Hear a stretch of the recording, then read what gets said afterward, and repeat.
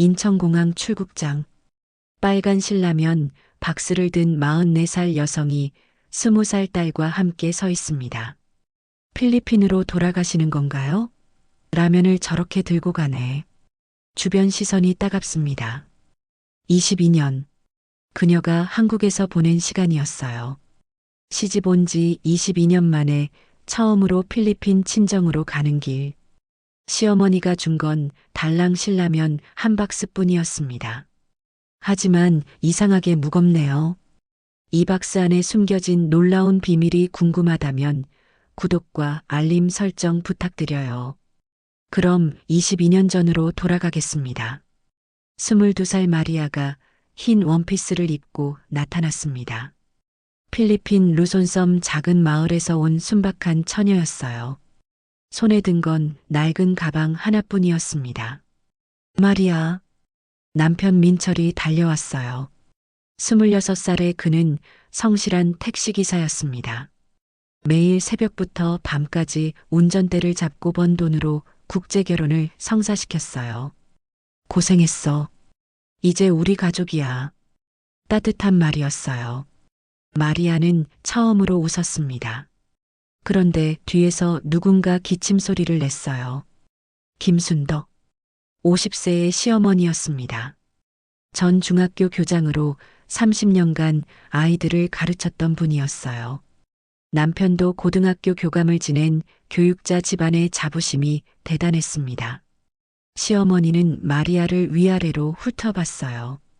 키, 얼굴, 옷차림까지 세세히 관찰했습니다. 멀리서 왔구나. 피곤하겠어. 말은 정중했지만 목소리가 차갑더군요. 웃음기라곤 찾아볼 수 없었어요. 어머니, 제 아내 마리아입니다. 민철이 소개했지만 시어머니는 고개만 살짝 끄덕였습니다. 공항에서 나와 차에 탔어요. 1시간을 달려 시골 마을에 도착했습니다. 전형적인 농촌 풍경이었어요. 논밭 사이로 난 좁은 길을 따라 들어가니 기와집이 보였습니다. 우리 집이야. 대대로 살던 곳이거든. 집은 제법 컸어요. 마당에는 장독대가 줄지어 있었고 감나무 한 그루가 서 있었습니다. 방은 안쪽이야. 짐 정리하고 나와. 시어머니가 앞서 걸으며 말했어요. 마리아는 민철과 함께 방으로 들어갔습니다. 온돌 바닥에 이불이 깔려 있었어요. 창밖으로는 논이 보였습니다. 바람에 벼 이삭이 흔들렸어요. 여기서 새로운 시작이야. 잘 될 거야. 민철이 마리아 어깨를 감싸며 말했어요. 그때 마당에서 시어머니가 누군가와 통화하는 소리가 들렸습니다. 그래, 며느리 왔어.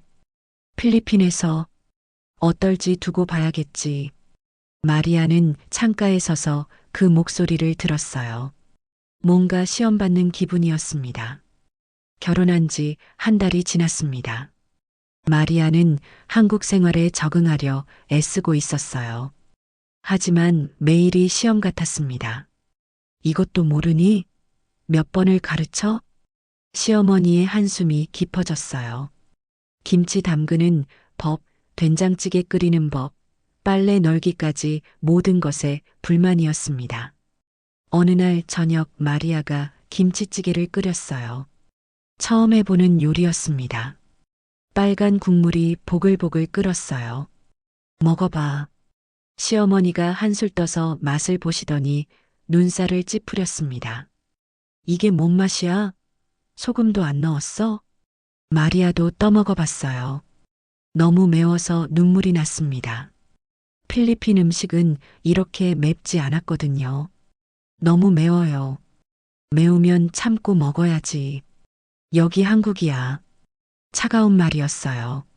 마리아는 물을 마시며 억지로 삼켰습니다. 몇 개월이 지나자 동네에 소문이 퍼졌습니다. 박민철 집에 필리핀 며느리 왔대. 외국인 며느리? 돈 때문에 온 거 아닐까? 마리아가 슈퍼에 가면 사람들이 수군거렸어요. 시선이 따가웠습니다. 그런데 정말 시험이 시작됐어요. 마리아의 어머니 로사가 병원에 입원했다는 소식이 왔습니다. 수술비가 필요했어요. 어머니, 필리핀에 돈을 좀 보내야 해요. 엄마가 아프셔서 시어머니 앞에서 조심스럽게 말했습니다. 얼마? 50만 원 정도요. 시어머니 표정이 싸늘해졌어요. 돈이 어디서 나와? 우리도 여유 없어. 그럼 조금이라도. 안 돼. 시집 왔으면 시댁이 우선이야. 단칼에 거절당했습니다. 마리아는 방으로 들어가 울었어요. 민철에게도 말해봤지만 마찬가지였습니다. 엄마 말이 맞아. 우리도 살기 바빠. 그때까지만 해도 민철은 착했어요. 하지만 돈 문제만큼은 냉정했습니다. 결국 마리아는 친정 동생에게 전화해서 미안하다고 말할 수밖에 없었어요. 언니 괜찮아. 다른 방법 찾아볼게. 동생 목소리가 실망스러워 들렸습니다. 전화를 끊고 나니 더 서러웠어요. 한국에 시집 왔지만 친정을 도울 수 없다는 게 마음 아팠습니다. 그날 밤 마리아는 창밖을 봤어요. 별이 보였습니다. 필리핀에서도 봤던 그 별들이었어요. 같은 하늘이지만 이곳은 너무 차가웠습니다. 결혼한 지 2년이 지났습니다. 동네에서 마리아에 대한 소문이 무성했어요. 박민철 집 필리핀 며느리, 돈만 노리고 온 거 아니야? 요즘 그런 애들 많대. 몇 년 참다가 재산 챙겨서 튀는 거지.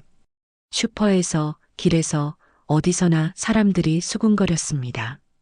그런 어느 날 마리아에게 또다시 급한 소식이 왔어요. 필리핀 어머니 로사가 다시 병원에 입원하셨습니다. 이번엔 수술을 받아야 했어요. 어머니, 정말 급해요. 엄마가 수술 받으셔야 해서 시어머니께 간절히 부탁했습니다. 100만 원만이라도 보내달라고요. 또, 지난번에도 그랬잖아. 시어머니의 목소리가 차가웠어요. 이번이 마지막이에요. 제발. 하지만 시어머니는 고개를 저으셨습니다. 그 주 목요일 마을회관에서 부녀의 모임이 있었습니다. 시어머니가 마리아를 데리고 가셨어요. 동네 아주머니들이 모두 모여 앉았습니다. 10명 정도 되었어요. 어머, 이분이 그 필리핀 며느리구나. 실물로 보니까 어떠세요? 사람들의 시선이 마리아에게 집중됐습니다. 마리아는 어색하게 인사했어요. 모임이 한창일 때였습니다. 시어머니가 갑자기 큰 소리로 말씀하셨어요. 우리 며느리가 자꾸 친정에 돈 보내자고 해서 말이야. 순간 모임이 조용해졌습니다. 모든 시선이 마리아에게 향했어요. 어머니, 마리아가 당황해서 말렸지만 시어머니는 계속하셨습니다. 필리핀 어머니가 아프다고 100만 원 달라는데 우리가 그럴 여유가 있나? 시집 왔으면 시댁 살림이 우선 아니야? 맞아요. 친정 생각만 하면 안 되지. 그러게요. 한국에 시집 왔으면 한국이 우선이어야죠. 아주머니들이 한마디씩 거들었습니다. 게다가 또 달라고 할 거 아니에요? 한 번 주면 계속 달라고 하는 게 외국인들이야. 우리도 옛날엔 친정 돕기 힘들었는데. 마리아는 얼굴이 빨갛게 달아올랐어요. 모든 사람 앞에서 이런 얘기를 듣게 될 줄은 몰랐습니다. 우리 며느리가 철이 없어서 그래요. 앞으로 잘 가르치겠습니다. 시어머니가 마무리하며 말씀하셨어요. 마리아는 고개를 푹 숙이고 있었습니다. 눈물이 나려고 했지만 참았어요. 집에 돌아와서 마리아는 방에 들어가 문을 닫았습니다. 그제야 눈물이 터졌어요. 왜 사람들 앞에서 그런 말씀을 하셨을까요? 혼자 거절하시면 될걸요.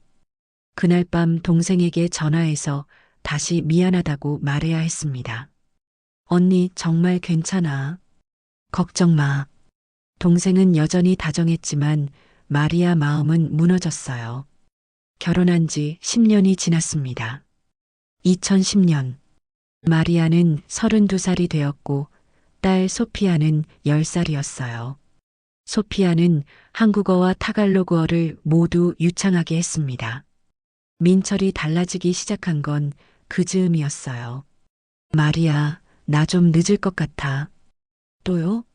요즘 계속 늦으시네요. 회사 일이 많아서 그래. 하지만 술 냄새가 났어요.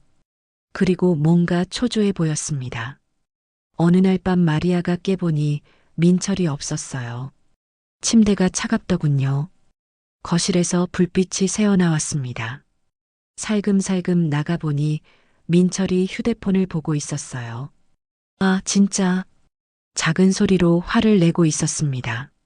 화면에는 숫자들이 빠르게 움직이고 있었어요. 여보, 뭐해요? 마리아.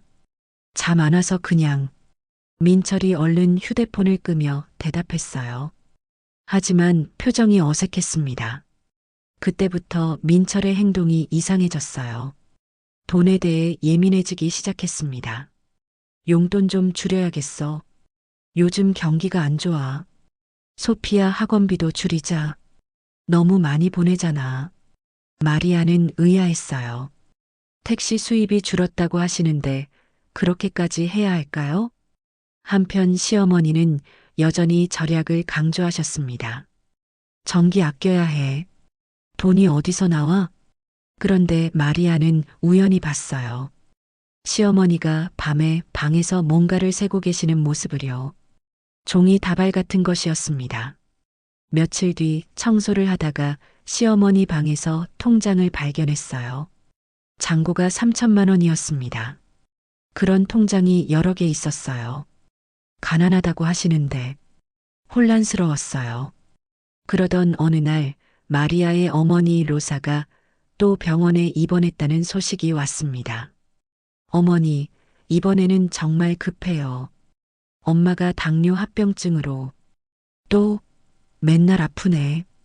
우리도 여유 없다고 몇 번 말해야 알겠어? 시어머니가 화를 내셨어요. 예전과 달리 목소리가 날카로웠습니다. 제발 100만 원만. 안 돼. 단호한 거절이었어요. 민철도 마찬가지였습니다. 지금 내가 얼마나 힘든지 알아? 그런 여유 없어. 목소리가 거칠어졌어요. 예전에 다정한 남편은 온데간데 없었습니다. 그날 밤 소피아가 마리아에게 조용히 말했어요.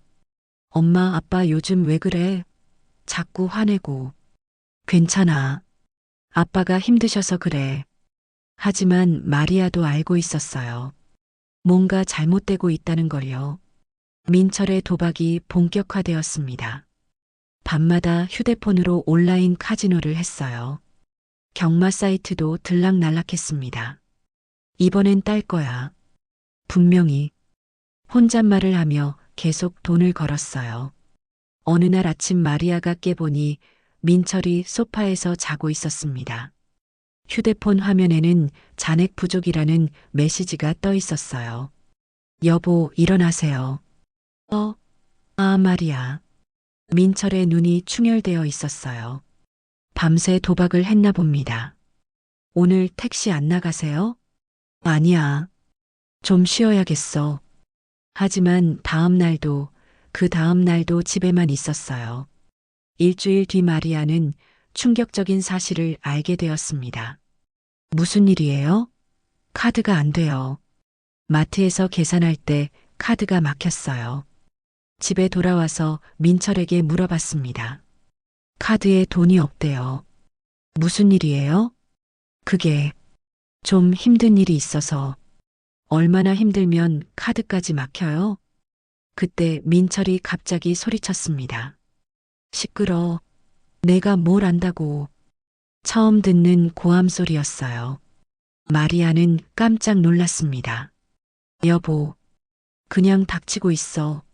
민철이 주먹을 식탁에 내리쳤어요. 컵이 떨어져 깨졌습니다. 소피아가 방에서 나와 무서워하며 마리아 뒤에 숨었어요. 아빠 왜 그래? 방에 들어가 있어. 민철이 딸에게도 소리쳤습니다. 소피아가 울면서 방으로 도망갔어요. 그날부터 민철의 폭력이 시작되었습니다. 돈 이야기만 나오면 화를 냈어요. 친정에 돈 보내는 소리는 또 뭐야? 지금 우리가 그럴 상황이야? 저도 알아요. 그래서 안 보낸다고 했잖아요. 그럼 왜 자꾸 그런 표정이야? 민철이 마리아 어깨를 거칠게 밀쳤어요. 마리아는 벽에 부딪혔습니다. 아파요. 아프긴 뭐가 아파.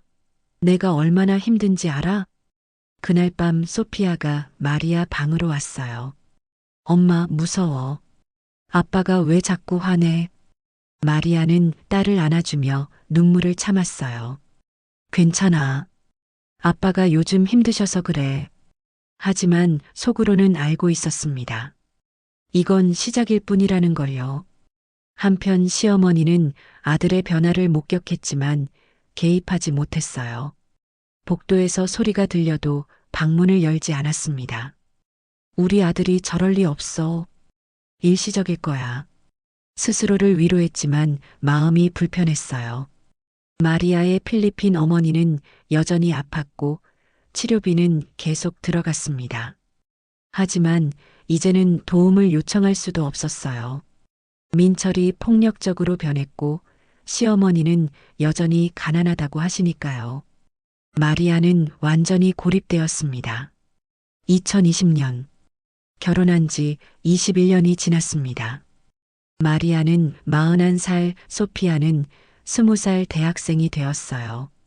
하지만 집안은 지옥 같았습니다. 민철의 도박빚이 4천만 원에 달했어요. 어떻게 갚아? 이자만 올 500만 원이야. 민철이 머리를 쥐어뜯으며 소리쳤습니다. 온 집안이 다 들릴 정도였어요. 그때 민철이 전화를 받았습니다. 형, 나 진짜 미치겠어. 그런 돈이 어디 있어? 통화 내용이 심상치 않았어요. 엄마 보험금이 얼마라고? 2억? 그럼. 마리아가 깜짝 놀랐습니다. 무슨 말을 하는 거죠? 사고처럼 보이게 할 수 있을까? 나이도 많으니까 그럴 수도 있잖아.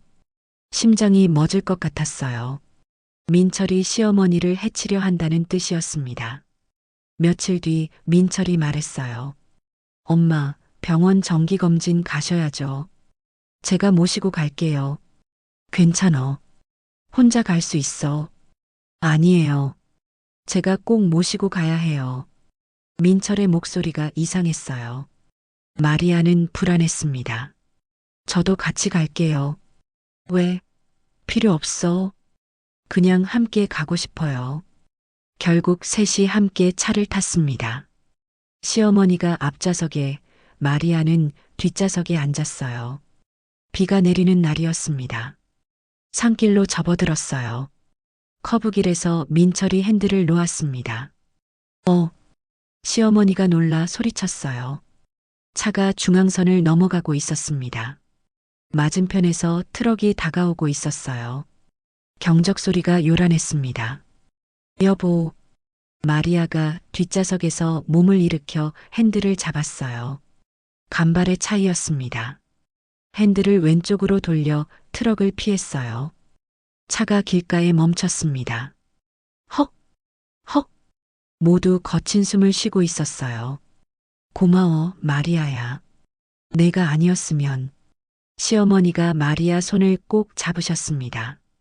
떨리는 손이었어요. 집에 돌아와서 소피아가 물었습니다. 엄마, 무슨 일 있었어? 얼굴이 하얘.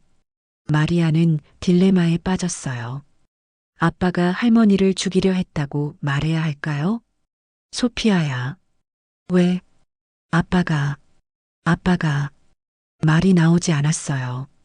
이 말을 하면 소피아 아빠는 감옥에 갈 거예요. 딸이 얼마나 충격받을까요? 엄마, 뭔 일이야? 마리아는 결국 말하지 못했어요. 아무것도 아니야. 그냥 교통사고 뻔했어. 하지만 그날 밤 시어머니가 마리아 방으로 오셨습니다. 마리아야, 고마워. 정말 고마워. 어머니, 내가 너를 오해했구나. 미안해. 시어머니 눈에 눈물이 고였어요. 그때 시어머니가 완전히 깨달았습니다. 마리아가 진짜 가족이라는 걸요. 2021년 차 사고 이후 모든 게 달라졌습니다. 시어머니가 마리아를 도와주기 시작했어요. 마리아야, 이혼해. 내가 도와줄게. 어머니, 변호사 명함이야. 내가 증인으로 서줄 거야. 놀라운 변화였어요. 22년 만에 처음으로 시어머니가 마리아 편을 들어주셨습니다. 이혼 재판에서 시어머니는 모든 걸 증언했어요. 우리 며느리가 폭력에 시달렸습니다. 제 아들이 도박으로 집안을 망쳤어요. 결국 이혼이 성립되었지만 위자료는 고작 200만 원이었어요. 민철이 무일푼이었거든요. 이제 필리핀으로 돌아가세요. 시어머니가 말씀하셨어요. 소피아랑 함께 새로 시작해. 마리아와 소피아는 필리핀행을 준비했습니다. 22년 만에 처음 고향으로 돌아가는 길이었어요. 공항에서 시어머니가 마지막 선물을 주셨습니다. 이거라도 가져가. 빨간 신라면 박스 한 개였어요. 내가 좋아해서 자주 먹었잖아. 마리아는 당황했어요. 22년이라면 박스로 정리되는 거였습니다. 주변 사람들이 수군거렸어요. 라면을 저렇게 들고 가네. 관광객인가 봐. 비행기에 타면서 마리아는 박스가 이상하게 무겁다는 걸 느꼈어요. 필리핀에 도착해서 친정 어머니를 만났습니다. 로사는 많이 늙어 있었어요. 투이야, 고생했구나. 어머니 품에서 22년 만에 울었습니다. 동네 사람들이 구경 왔어요. 22년 살았는데 가져온 게 라면이야?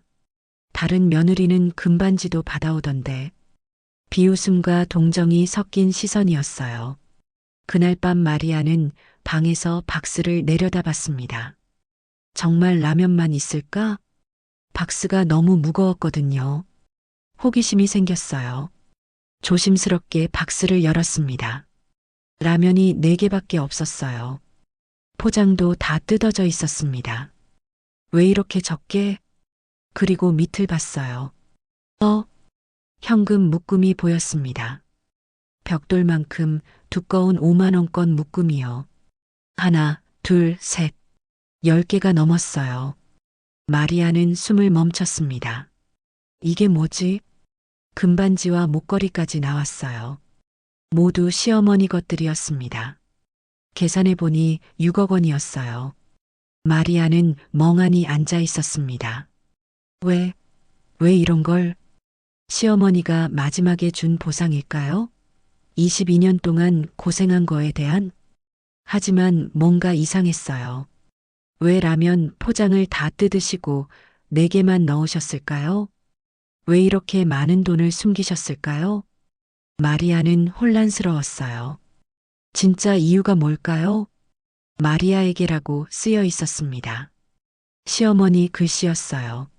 마리아는 돈을 내려놓고 편지를 먼저 집어들었습니다. 떨리는 손으로 봉투를 뜯었어요.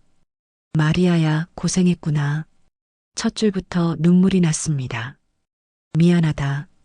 처음부터 이렇게 했어야 했는데. 편지를 계속 읽었어요. 동네에서 외국인 며느리는 돈만 노리고 온다고 했어. 필리핀 며느리가 도망갔던 일도 있었고, 그래서 너를 시험해 봤어. 일부러 차갑게 대하면서 마리아는 편지를 가슴에 안았습니다. 하지만 시험할수록 불안했지.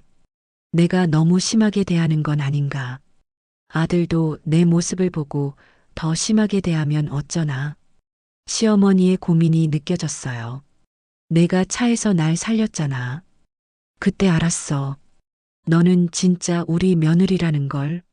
손으로 입을 막았지만 울음이 터져 나왔어요. 그 돈은 6억이야. 남편이 죽고 받은 재산, 내가 평생 모은 돈, 내가 22년 전에 보낸 결혼 지참금까지 모두 넣었어. 깜짝 놀랐어요. 22년 전 지참금까지 보관하고 계셨다니요. 금반지는 내가 시집 올 때 받은 거야. 평생 끼고 있었지. 내가 죽으면 며느리한테 줘야지 했는데 그게 너였구나. 목걸이를 만져봤어요. 시어머니가 명절 때만 하시던 거였습니다. 라면은 내가 자주 먹었잖아. 고생해서 먹은 줄 알고 미안했어. 그래서 라면 아래 돈을 숨겼지. 아무도 모르게. 그래서 포장을 다 뜯으시고 내게만 넣으신 거였어요. 사랑한다, 마리아야. 늦게 말해서 미안해. 편지가 끝났습니다. 마리아는 편지를 들고 오열했어요.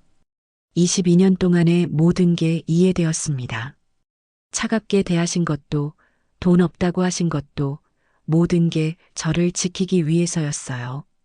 동네 사람들의 편견으로부터, 남편의 폭력으로부터, 모든 것으로부터 보호하려고 하신 거였습니다. 그때 어머니와 소피아가 들어왔어요. 투이야, 왜 울어? 마리아는 편지를 어머니께 드렸습니다. 어머니가 읽어보시고는 눈물을 흘리셨어요. 시어머니가 너를 사랑하셨구나. 소피아도 편지를 봤어요. 엄마, 할머니가 이런 마음이셨어? 마리아는 고개를 끄덕였습니다.